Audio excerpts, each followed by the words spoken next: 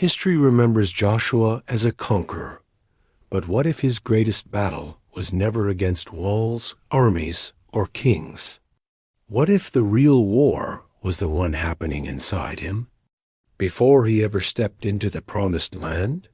Because the truth is this: Joshua did not begin as a fearless leader. He began as a man standing in the shadow of someone greater, carrying a weight he never asked for, facing a future he was not sure he was ready to lead. And yet, he was chosen to step forward when a generation had failed, chosen to move when fear had paralyzed others, chosen to lead a people who had seen miracles, but still struggled to trust God. So the question is not just who Joshua was. The real question is this: what happens when God calls someone who still feels afraid? And deeper than that, what happens when that someone is you? This is not just the story of conquest. This is the story of calling, obedience, fear, faith, and a God who does not wait for perfection before he commands movement. And everything begins at a moment of silence, a moment that changed everything. The wilderness was quiet in a way it had never been before. For 40 years, the people of Israel had moved, camped, complained, hoped, and waited under the leadership of Moses. He was more than a leader. He was the voice they trusted, the one who spoke with God, the one who stood between them and destruction more times than they could count. And now, he was gone. Moses, the servant of the Lord, had died in the land of Moab, just as God had said. There was no dramatic farewell to the people, no final speech echoing through the camp, just a quiet, heavy reality settling over an entire nation. The man who stretched his staff over the Red Sea was no longer there. The man who climbed Mount Sinai and returned with the law was no longer there. The man who carried them through their rebellion was gone. And in the middle of that silence stood Joshua, son of Nun, from the tribe of Ephraim, not a stranger, not unknown. He had been there all along. He had fought battles before, leading Israel against Amalek, while Moses stood with raised hands on the hill. He had remained near the tent of meeting, lingering in the presence of God, even after Moses would leave. He had been one of the 12 spies sent into the promised land decades earlier, one of only 2 who believed it was possible to take it. Joshua was not inexperienced, but experience is not the same as readiness, because standing beside a great leader is very different from becoming one. And now, without ceremony, without warning, the weight shifted. The responsibility that once rested on Moses now rested on him. Can you imagine that moment? No applause, no celebration. Just expectation. An entire nation looking forward, and one man realizing that he is the one who must lead them there. And then, in the middle of that silence, something happened. God spoke, not to a crowd, not to a council, but directly to Joshua.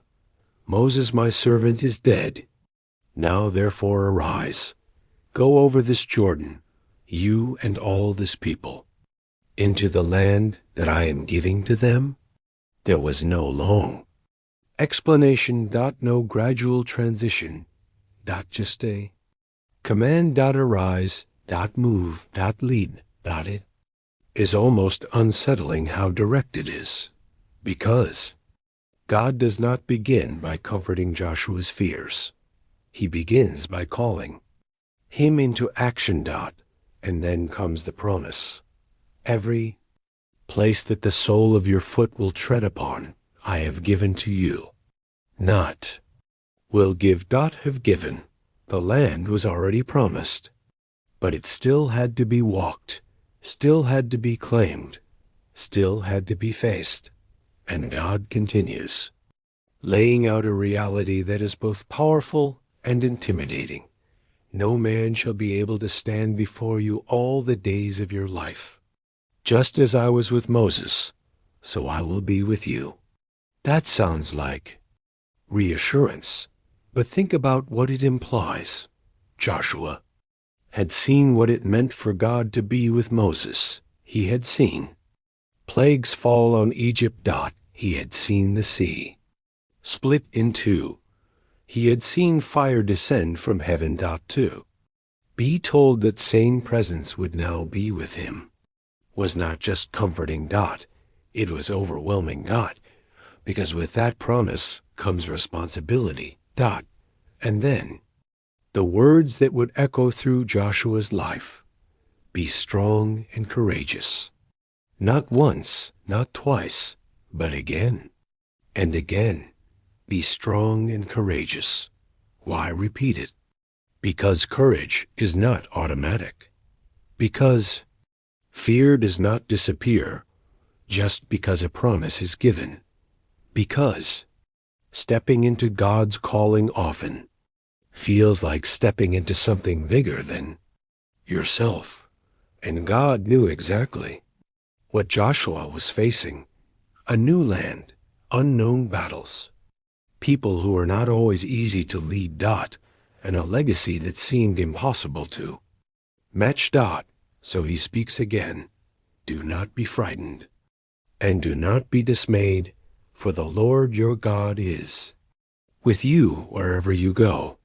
Wherever. Not just in victory.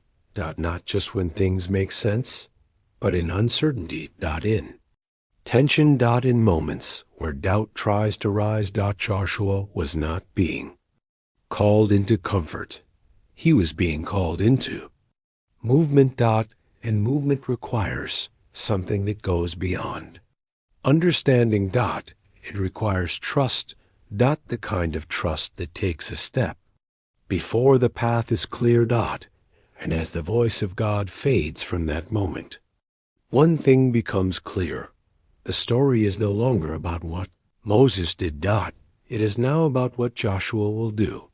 But the real question still lingers: will he move? Or will he hesitate like the generation before him? Because ahead of him lies a river. And beyond that river, a promise waiting to be claimed. 3 days passed, not days of movement, but days of preparation. Quiet instructions moved through the camp like a low wind. Officers walked among the tribes, repeating the same message again and again: prepare yourselves. Soon you will move. But move where? In front of them stood the Jordan River. Not a calm stream, not something easy to cross. It was flood season. The waters were swollen, aggressive, overflowing their banks, turning the river into a moving barrier of uncertainty. This was not a place you simply walked through. This was a force of nature. And yet, this was exactly where God had brought them. It is strange, isn't it? After all the promises, after all the waiting, after all the years in the wilderness, they finally arrive at the edge of the promise, only to find an obstacle that makes no sense. Why would God lead them here if there was no way across? Joshua stood before that river, carrying not just his own thoughts, but the weight of an entire nation watching him. This was his moment. Not in theory, not in preparation, but in reality. Would he lead differently? Or would he hesitate, just like before? Then the instruction came, clear, unusual, and deeply intentional. The priests were to take the Ark of the Covenant, the sacred symbol of God's presence among Israel, and step forward. Not wait, not analyze the current, not build something first. Step into it. This changes everything. Because now, the miracle would not begin with God moving the waters. It would begin with someone moving their feet. Joshua relays the command: his voice carrying across the people, "Consecrate yourselves, for tomorrow the Lord will do wonders among you." Notice that not today, tomorrow. There is always a space between the promise and the manifestation. A space where faith is tested, where anticipation builds, where doubt tries to whisper. That night must have felt long. What do you think went through their minds? Some remembered the Red Sea. Others remembered fear. Some believed. Others were not so sure. But morning came anyway. And with it, movement. The priests lifted the ark. The people followed at a distance, watching closely. Every eye fixed on what would happen next. Step by step. They approached the river. The sound of the water grew louder. Closer. Stronger. And then it happened. The feet of the priests touched the edge. For a brief moment, nothing changed. The current still rushed. The river still roared. No visible difference. Just contact. And then the water stopped. Not slowly. Not gradually. It stopped. Upstream, far beyond what the eyes could see, the waters began to rise and stand in a heap, as if held back by an invisible force. Downstream, the flow was cut off completely, leaving dry ground where moments before there had been chaos. Dry ground, not mud, not unstable earth, dry ground. Does that sound familiar? It should. But this time it was different. Before, the sea opened first. And then the people walked. Now, the people stepped first. And then the path appeared. And that difference matters. Because God was not just leading them forward. He was teaching them how to trust Him at a deeper level. The priests stood firm in the middle of the riverbed, holding the ark, unmoving, while the entire nation began to cross. Thousands upon thousands of people. Families, children, elders, all walking through what once seemed impossible. And imagine the silence mixed with no one rushing. No one shouting. Just the sound of footsteps on dry ground. Where water should have been, this was not just a crossing. This was a transition from wandering to entering. From promise spoken to promise beginning. And Joshua watched it all. This was no longer the shadow of Moses. This was his moment. And God was with him. When the last person crossed, Joshua gave another instruction, one that might seem small, but carried deep meaning. 12 men, one from each tribe, were to take stones from the middle of the Jordan, from the very place where the priests had stood. Stones from the impossible place. Why? Because moments like this cannot be forgotten. Because faith needs memory. Because one day, children would ask, "What do these stones mean?" And someone would have to answer, "This is where God made a way." When there was no way, the river returned to its place soon after. The waters flowed again as if nothing had happened. But something had changed, not the river. The people, and especially Joshua. The fear that once lingered began to lose its grip. Because now he had seen it, not just heard about it, not just believed in it. He had stepped into it. God had responded. But ahead, greater tests were waiting, because crossing the river was only the beginning. The real challenge was not getting into the land. It was learning how to live in it. Under obedience. And soon they would face something that made even less sense than stepping into a river. Walls. High walls. Ancient walls. Waiting. They had crossed the Jordan. The impossible was behind them. The land was finally in front of them. If there was ever a moment to advance quickly, to press forward with momentum. This was it. But Joshua did not move toward battle. Instead, everything stopped. It feels almost unexpected. After such a powerful miracle, after the people had just witnessed God hold back a river, the natural expectation would be immediate conquest, strategy, movement, action. But God had something else in mind. Before Israel could face their enemies, they would have to face themselves. At a place called Gilgal, just inside the land of Canaan. Joshua received a command that must have surprised many. Every male among the people of Israel who had been born during the years in the wilderness had not been circumcised. The previous generation, the one that left Egypt, had failed in obedience, and they had died in the wilderness. Now, a new generation stood in their place, a generation that had seen miracles, but had not yet fully entered into covenant. So God spoke, "This must be restored." Circumcision was not just a physical act.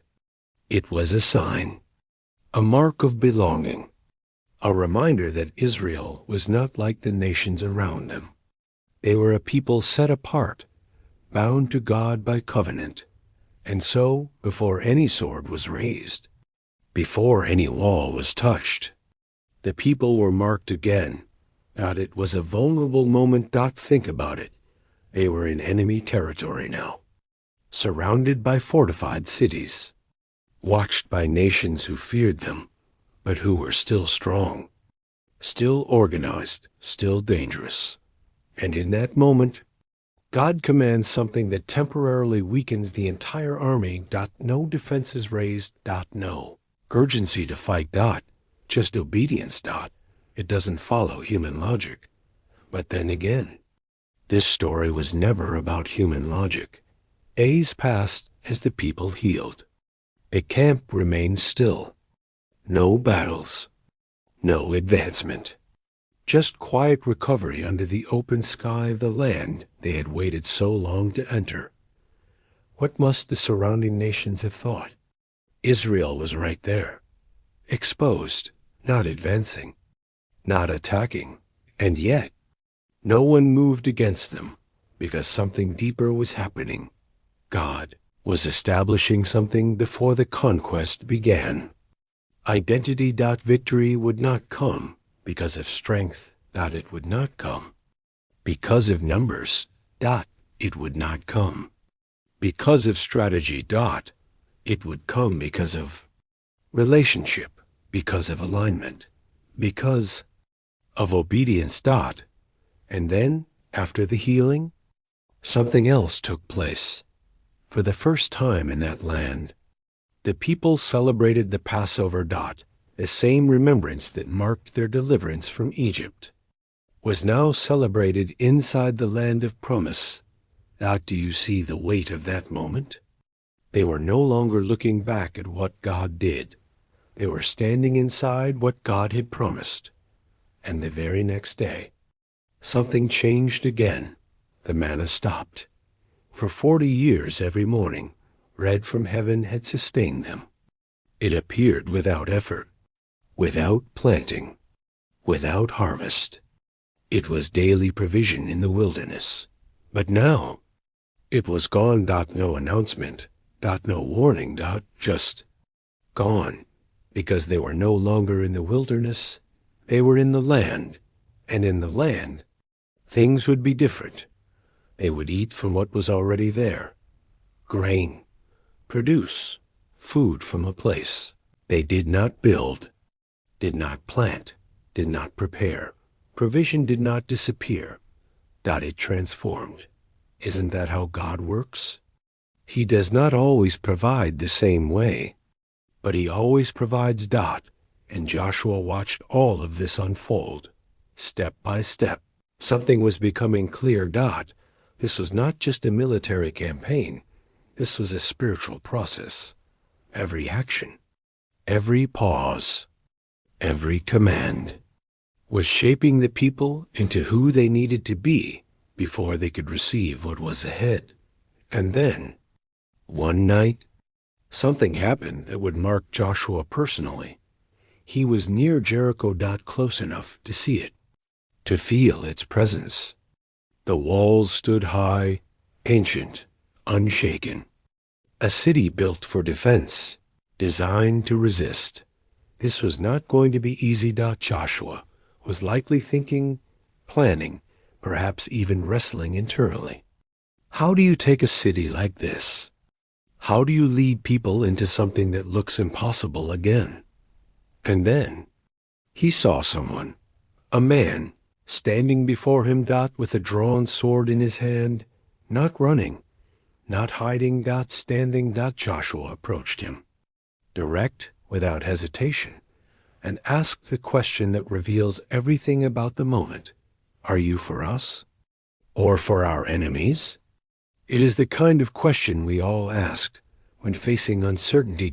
Is this moment on my side, or against me? But the answer Joshua received was not what he expected. Neither. I am the commander of the army of the Lord. Now I have come. In that instant, everything shifts. This was not just a man. This was a divine encounter. Joshua faced down to the ground in reverence. No argument. No hesitation. Just recognition. Because the real question was never whether God was on Joshua's side. The real question was whether Joshua was aligned with God. And in that moment, Joshua understood this battle, and every battle after it, would not be led by human strength. It would be led by divine authority. And the command that followed echoed something familiar. Take off your sandals, for the place where you are standing is holy. Just like Moses. But now, it was Joshua's turn. The ground had not changed. The presence had and as Joshua stood there, barefoot on holy ground, one thing became undeniable. Jericho was not going to fall the way anyone expected.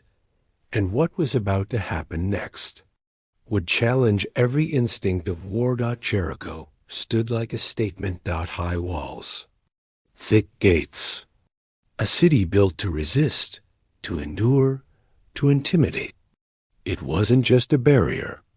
It was a message to anyone approaching. You will not get through. Inside those walls were people who had already heard the stories. They knew what had happened in Egypt. They knew about the Red Sea. They had heard whispers of a people whose God fought for them. And now, that people was here. But Jericho did not open its gates. It shut them tightly. No one in, no one out. Fear was on both sides of the wall. But it showed itself differently. And then came the strategy. If you can even call it that. God spoke to Joshua. And what he said must have sounded completely disconnected from every known method of war. No siege towers. No battering rams. No scaling ladders. Instead, walking. Marching. Silence. Double quotes. Have the people march around the city once a day for 6 days. The priests will carry the ark.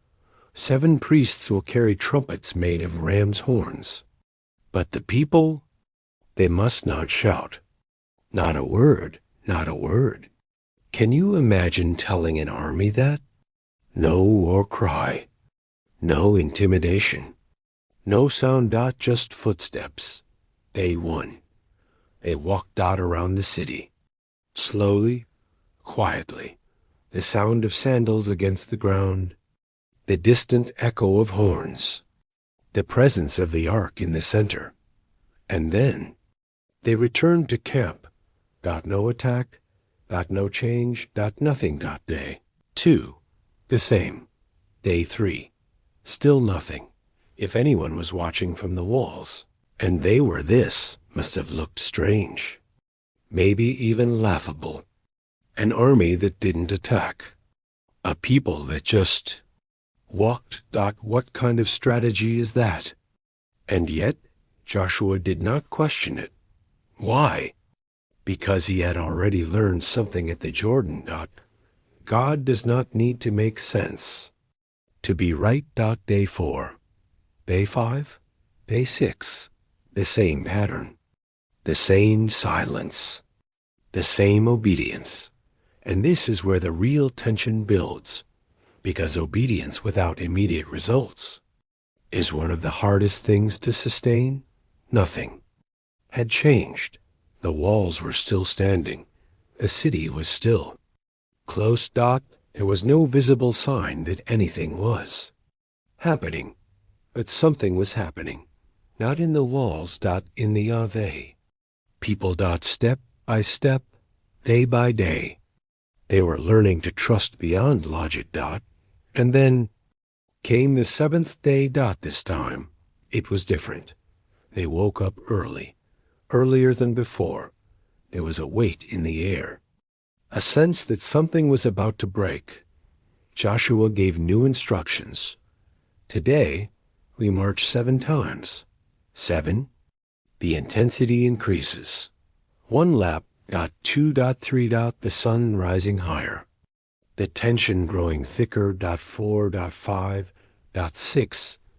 Still nothing. And then, the 7th lap. This was it. At the end of it, Joshua gave the command that had been held back all week. Shout, for the Lord has given you the city. Notice that not will give, has given. The same language as before. The victory was already declared. Before it was seen. And then after days of silence, the people finally raised their voices. A unified shout. Not random. Chaotic. A release. And in that exact moment, the walls collapsed. Cracked. Not weakened. Collapsed. Falling flat. As if the strength that held them together simply disappeared. An entire city, exposed in an instant. No human force could explain it. No military strategy could replicate it. This was not a victory earned. This was a victory given, and the people moved forward. Straight ahead. No barriers left. Jericho was taken. But even in victory, there were instructions, clear ones. Everything in the city was to be devoted to the Lord. Nothing was to be taken for personal gain. Gold, silver, bronze, iron set apart. The rest destroyed. This was not about plunder. It was about obedience. And one more thing. A woman named Rahab and everyone in her house was spared. Why? Because before any of this began, she had chosen to believe. A Canaanite woman living inside a doomed city recognized the power of Israel's God before many others did, and faith changed her outcome. Jericho fell, just like that, moment that would echo through generations. A reminder that walls, no matter how strong, cannot stand against the will of God.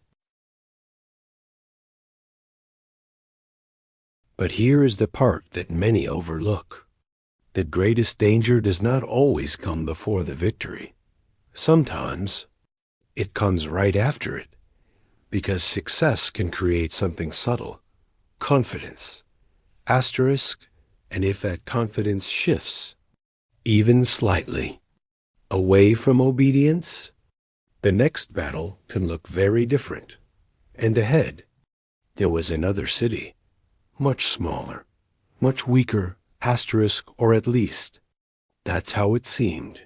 After Jericho, everything felt different. Victory changes the atmosphere. The impossible had just happened. Walls had fallen without force. A city had been taken without strategy. The people had seen, with their own eyes, that God was fighting for them. Asterisk, and that kind of moment can quietly shift something inside a person. Confidence begins to rise, but there is a thin line between confidence in God and confidence in self. Asterisk, And somewhere in the middle of that victory, something went wrong. No one saw it happen. No announcement. No visible rebellion. Just one man, Achan, son of Carmi, from the tribe of Judah. Not a foreigner, not an outsider, one of them. He had walked through the Jordan.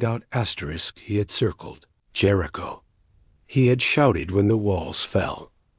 He had seen everything. And yet, in a moment when no one else was looking, he made a choice. Among the ruins of Jericho, he saw something. A beautiful robe from Babylon. Silver, gold, valuable things. Things that had been clearly forbidden. God had been specific. Everything in Jericho was devoted. Not to be taken. Not to be touched.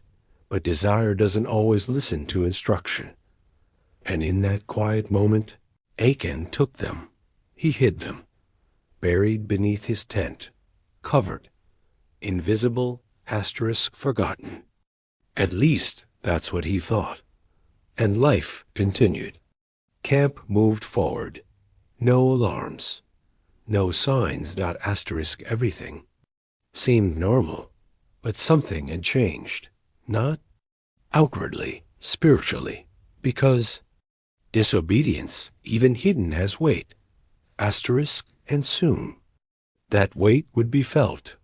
The next target was Ai, a much smaller city than Jericho. Less intimidating, less fortified. From a human perspective, this should have been easy.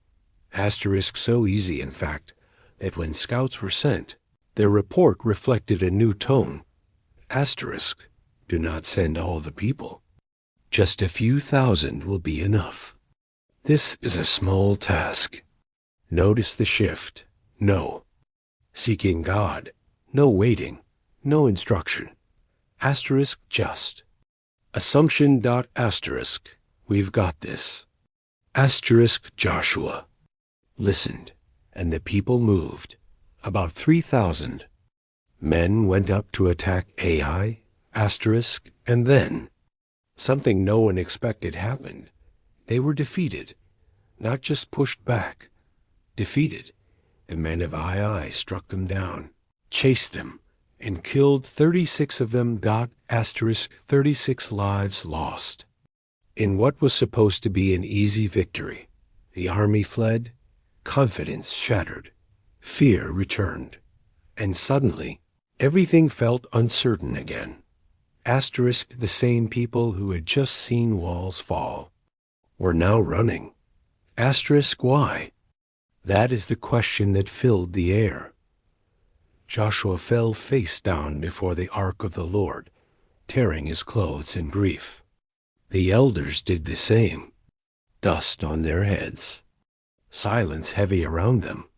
And Joshua cried out, "Why did you bring us across the Jordan? Only to let us be defeated?"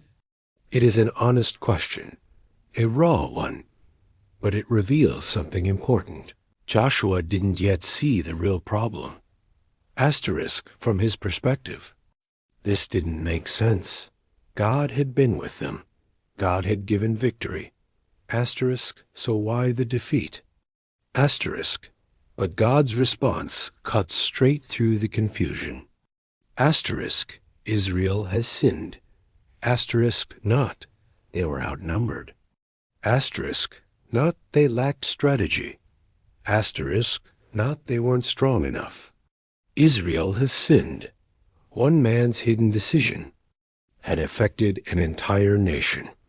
That is how serious this was. The covenant wasn't individual. It was collective. And what was hidden in one tent had consequences for all. God continues. They have taken what was devoted. They have stolen. They have lied. They have put it among their own belongings. This wasn't just about objects.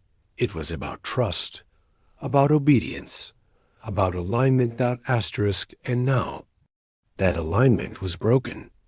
That is why A didn't fall. That is why strength failed. That is why fear returned.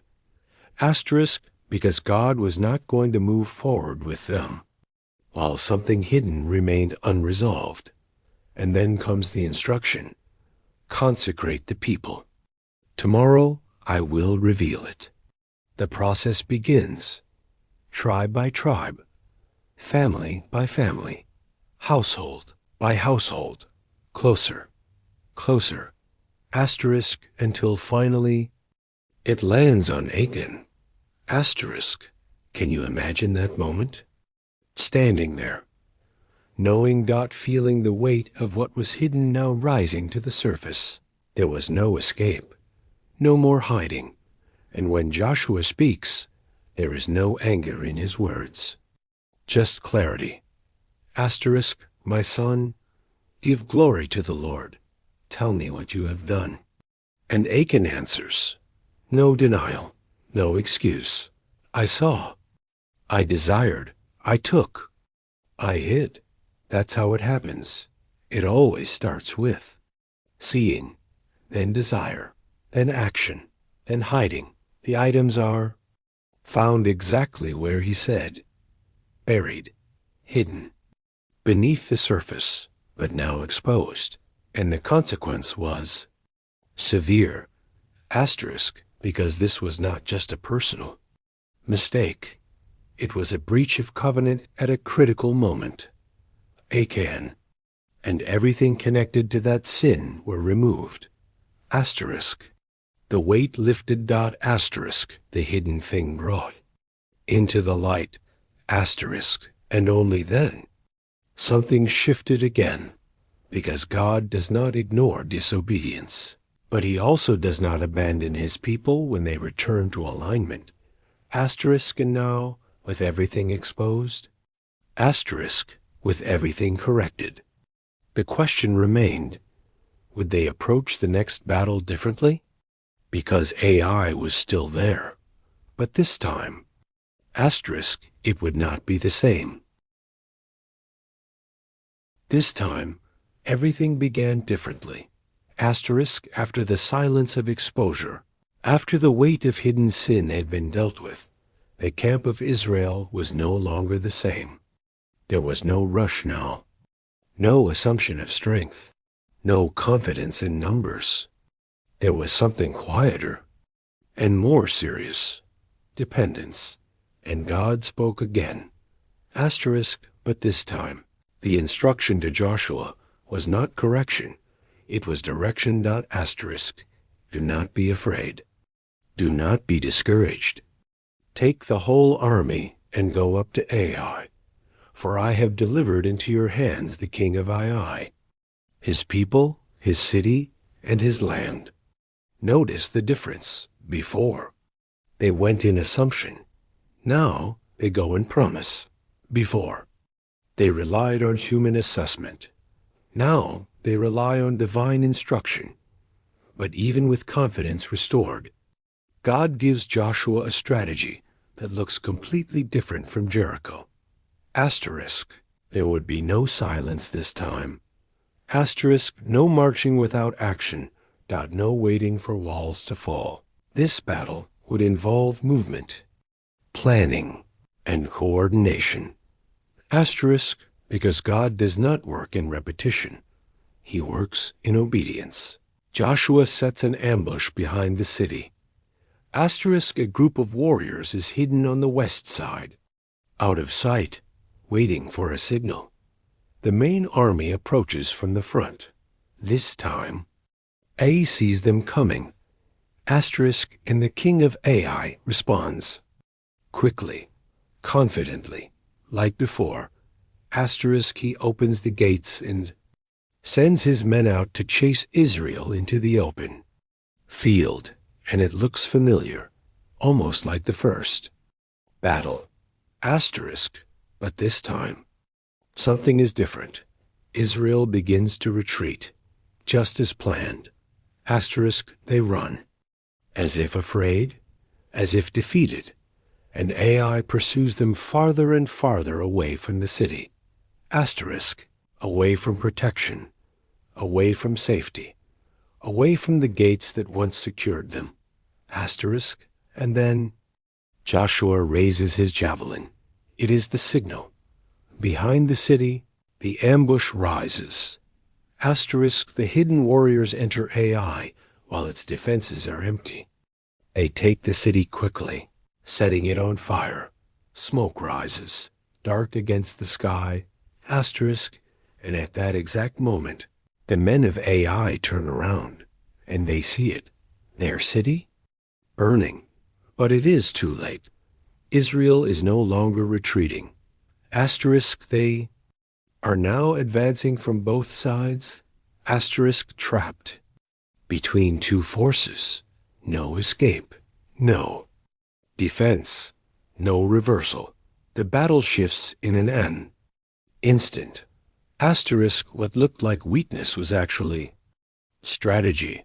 Asterisk, what looked like defeat was actually set up. Asterisk, and the very fear that once returned after Ai's first victory is now reversed.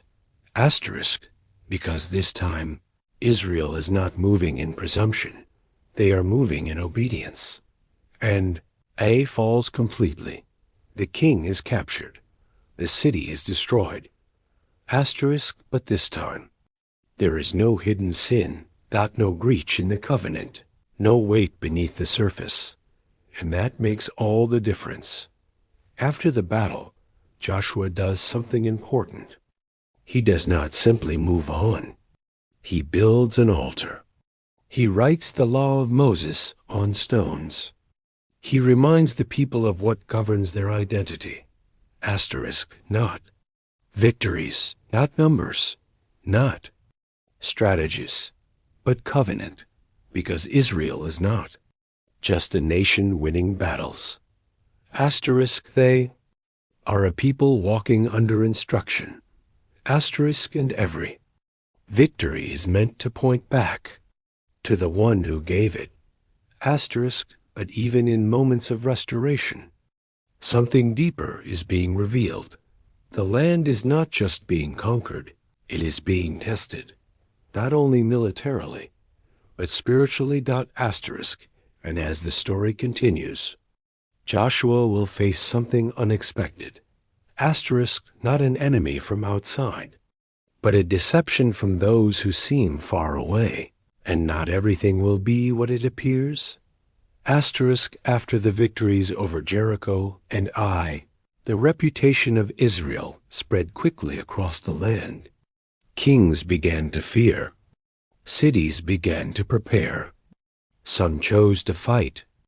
Others began to look for survival in different ways. Asterisk, but not all threats come with swords. Some come with words, and some come dressed as peace.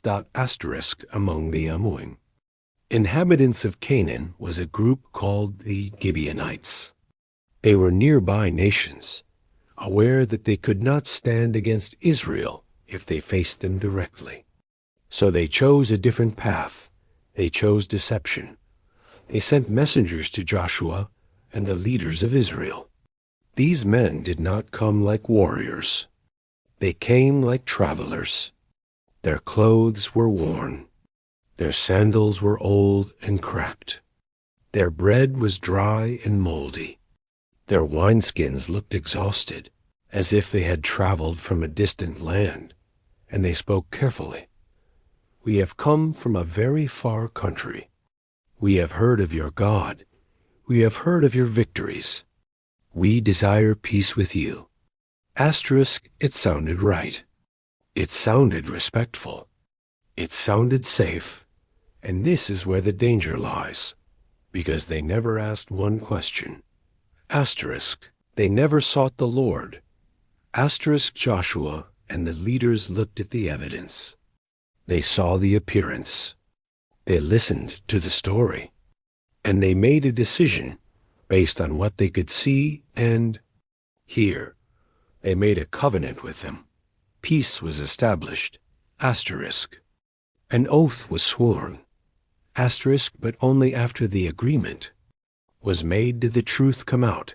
Asterisk, the Gibeonites were not from a faraway land. Asterisk, they were neighbors, close, very close. Asterisk, and the leaders of Israel realized they had been deceived. Asterisk, the people were upset. The leaders were concerned, because now a covenant had been made in the name of the Lord, based on incomplete discernment. But Joshua does something that defines his character. He does not break the oath. Asterisk, even though it was made under deception. It was still an oath before God. Asterisk, so instead of destroying them, the Gibeonites are assigned a role among Israel. They become servants, responsible for tasks connected to the house of God. Asterisk, what was meant to be destruction becomes service. Asterisk, what was meant to be judgment becomes integration. Asterisk, but the lesson is clear, and it echoes far beyond that moment. Asterisk, not every voice that sounds peaceful is guided by truth. Asterisk, not every appearance reflects reality. Asterisk, and even strong leaders can be led astray when they move without seeking God. Asterisk, from this moment onward, Joshua and Israel carry a deeper awareness. Victory is not only about strength, it is about discernment, about dependence, about remembering that every step in the land must still be guided by the voice of God. Asterisk, and as the land begins to settle and battles continue to unfold, one truth remains steady through every chapter of Joshua's journey. Asterisk, God is faithful to his promise, but his people must remain faithful in obedience. Asterisk, because possession of the promise is not the end of the journey. Asterisk, it is the beginning of how you choose to live inside it. Asterisk, and Joshua, the servant who once stood in the shadow of Moses, now stands as a witness of what happens when faith, fear, obedience, and failure all meet under the hand of God. His journey is not just about conquest. It is about learning to listen, to trust, and to lead with a heart fully aligned with heaven. Asterisk, and so this story does not end in silence. Asterisk, it ends in a reminder that still speaks today. Asterisk, when God leads, no wall stands, no river holds, and no deception prevails against those who walk in obedience.